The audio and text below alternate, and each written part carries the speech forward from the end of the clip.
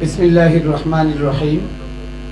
अस्सलातु वस्सलामु अलैका या रसूलल्लाह, अस्सलातु वस्सलामु अलैका या हबीबल्लाह, अस्सलातु वस्सलामु अलैका या शाफिअल मुज़नबीन, अस्सलातु वस्सलामु अलैका या नूर मुजस्सम रहमतुल लिल आलमीन, अस्सलातु वस्सलामु अलैका या अहले बैत अलैहिस्सलातु वस्सलाम, अस्सलातु वस्सलामु अलैका या शुहदाए आजम, शुहदाए करबला, इमाम हुसैन আলাইহিসসালাতু ওয়াসসালাম।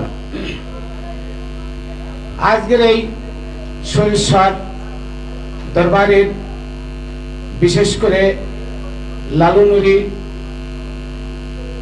মাদ্দাজিলহুল আলিয়া ওনার 24তম তিরোধান দিবস উপলক্ষে আজকের এই দরবারের সম্মানিত গদিনিসীন জনাব শাহ সুফি তৌহিদুল ইসলাম শাহিন নুরি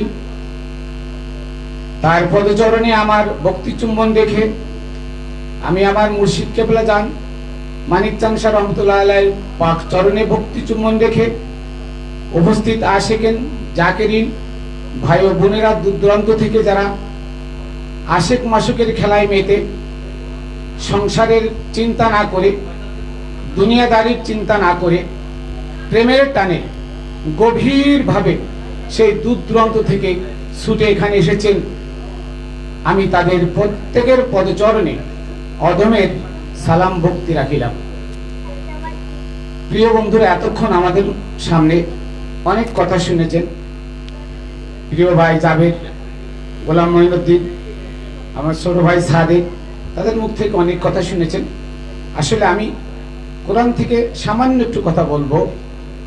সেটা হলো, আমরা এই দরবারমুখী কেন হই, কি কারণে হই, আর সেই উদ্দেশ্য লক্ষ্য নিয়ে আমি কিছু আলোচনা করব। আমি প্রথমে বলতে চাই যে সূরা আল ইমরানের 43 নম্বর আয়াত, এই একটা আয়াতের ভিতরে তিনটে শব্দ। এই তিনটা শব্দ যদি আমরা ব্যাখ্যা করি তা আমি মনে হয় এক সপ্তাহে ব্যাখ্যা দিতে পারবো না। তিনটা শব্দ একই ক্যাটাগরির, কিন্তু তিনটে শব্দ তিন কোয়ালিটির। আল্লাহ মরিয়মকে ডেকে বললেন, ইয়া মরিয়ম উকনুতি ওয়াসজুদি লিরাব্বিক, তারপরে বলছে ওয়ার কাই মার রাকিন। তিনটা শব্দ। হে মরিয়ম, তুমি অহংকার করে না, তুমি অমুকের মেয়ে, তুমি অহংকার করে না, তুমি অমুকের মা, তুমি অহংকার করে না, ঈসার মা তুমি, এইটা অহংকার করে না, তুমি অহংকারকে কি করো, ছেড়ে দাও। উকনুতি, উকনুতি মানে কি, তুমি বিনয় হও। আমরা বলি না, এই আমি অমুক চেয়ারম্যানের ছেলে, চেনোস আমারে, এটা বলি না। এটা কি আমিত্ব, আমিত্ব, অহংকার। আল্লাহ বলছেন, হে মরিয়াম তুমি ঈসার মা, এটা অহংকার নয়, তুমি বিনয় হও। তারপরে বলছে ওয়াসজুদি লিরাব্বিক, তুমি তোমার মস্তক অবনত করো তোমার রবের কাছে। এই মস্তক অবনত করতে বলছে রবের কাছে, তার মানে ওয়াসজুদি সিজদা।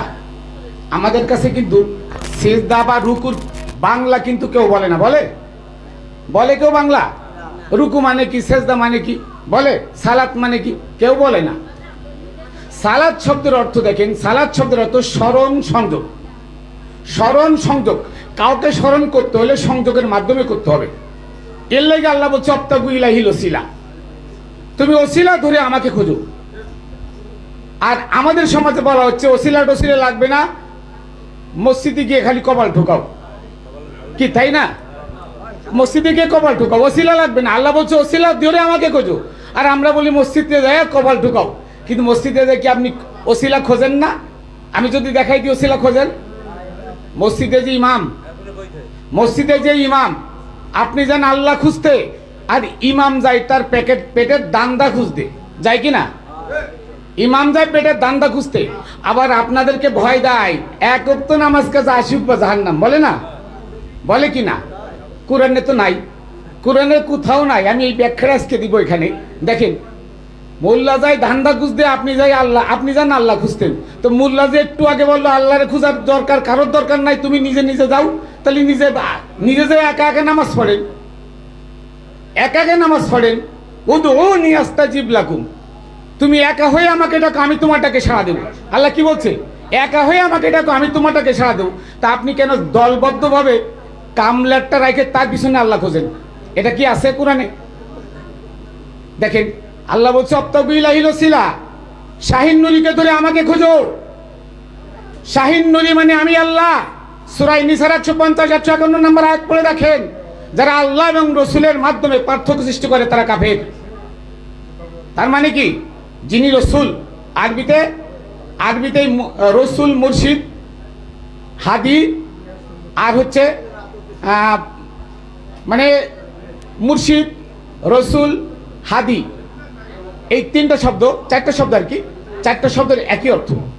মুর্শিদ মানে পথ প্রদর্শক, হাদি মানে হেদায়েত দানকারী, রসুল মানে সম্যক গুরু, আর অলি মানে অভিভাবক।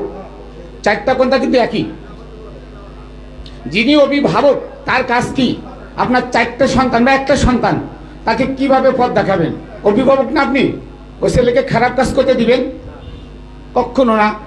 ছেলে মনে করেন একজনের মাথায় বাড়ি মারলো, আপনি শিক্ষা দিবেন? কখনো না। তার মানে একজন অভিভাবক, অলি মানে কি?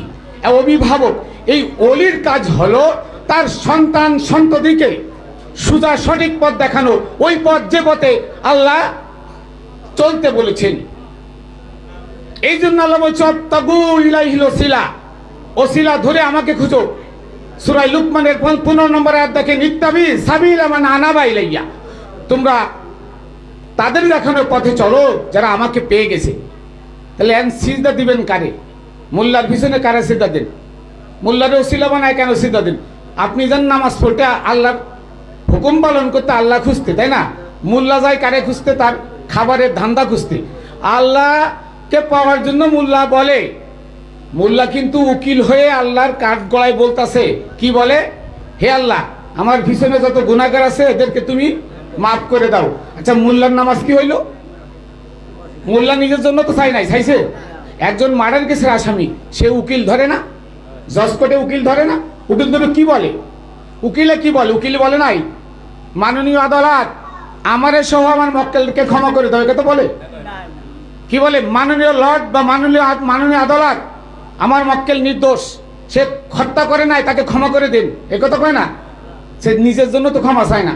তাহলে ওই মোল্লা কি নামাজ কাজা করলো না? মোল্লা তো আপনার কামের বদলা দিতে গেছে, ও কি নামাজ পড়তে গেছে? ও কার পিছনে নামাজ পড়ে বলেন? ওর উকিলকে, ওর উকিলটা কে? ও যে নামাজ পড়াই, সেজদার কথা বলে, সেজদা দাও। সেজদা মানে কি? সূরা আর রহমান পড়ে দেখেন, ওয়ান নাজমু ওয়াশ শাজারু ইয়াসজুদান, তারকারাজি এবং বৃক্ষরাজি সর্বক্ষণ সেজদারত অবস্থায় আছে। তারকা আকাশে কি ঝুলে আছে না? গাছ উপরে মাথা দিয়ে দাঁড়ায় আছে না? তো সিজদা করে, ফুটকি উপরে দিয়ে সিজদা করে কারে? করে? ওকে সিজদা করে। আল্লাহ তো বলছে সেজদারত অবস্থায় আছে। সেজদা মানে কি? সেজদা মানে হচ্ছে বিনয়ের সাথে মুর্শিদের পদচরণে গিয়ে, বিনয়ের সাথে মুর্শিদের পদচরণে গিয়ে আমিত্বকে বিসর্জন দেওয়ার নাম সেজদা। আর রুকু কয়, রুকু করো, সেজদা করো। কোরআনে এসে আগে সেজদা পরে রুকু, আর মোল্লা কয় আগে রুকু পরে সেজদা। হইল কি দুই রকম না? নামাজ পড়তে গেলে আগে রুকু না পরে সেজদা। রুকু মানে কি? আমাদের সামনে এরা বলে না ভাঙ্গে, রুকু শব্দের অর্থ কি? রুকু শব্দের অর্থ বিনয়ী। রুকু শব্দের অর্থ কি? বিনয়ী। তার মানে ওর কাইম আর রাকিন, বিনয়ীদের সাথে বিনয়ী হও। তিনটে কথা। এক নম্বরে উকনুতি, তুমি নত হও, নত হও, সিজদা করো তোমার রবকে। রব হলো মুর্শিদ। তার মানে এক নম্বর হচ্ছে মুর্শিদের কাছে গেলে তুমি আগে নত জানু হয়ে যাও, তারপরে তাকে সিজদা দাও, মস্তক অবনত করো তার পদচরণে, এরপরে তার চরিত্র নিজের মধ্যে ধারণ করো। লোকনাথ বাবার দরবারে লেখে যাই দেখেন, বড় করে লেখা আছে, তোরা আমার চরণ না ধরে আমার আচরণ ধর, বনে জঙ্গলে তোরা যেখানে বিপদে পড়িস আমি সেখানে তাদের উদ্ধারিব। দেখেন লেখা আছে, কি বলছে? আমার পা না ধরে আমার আচরণ ধর।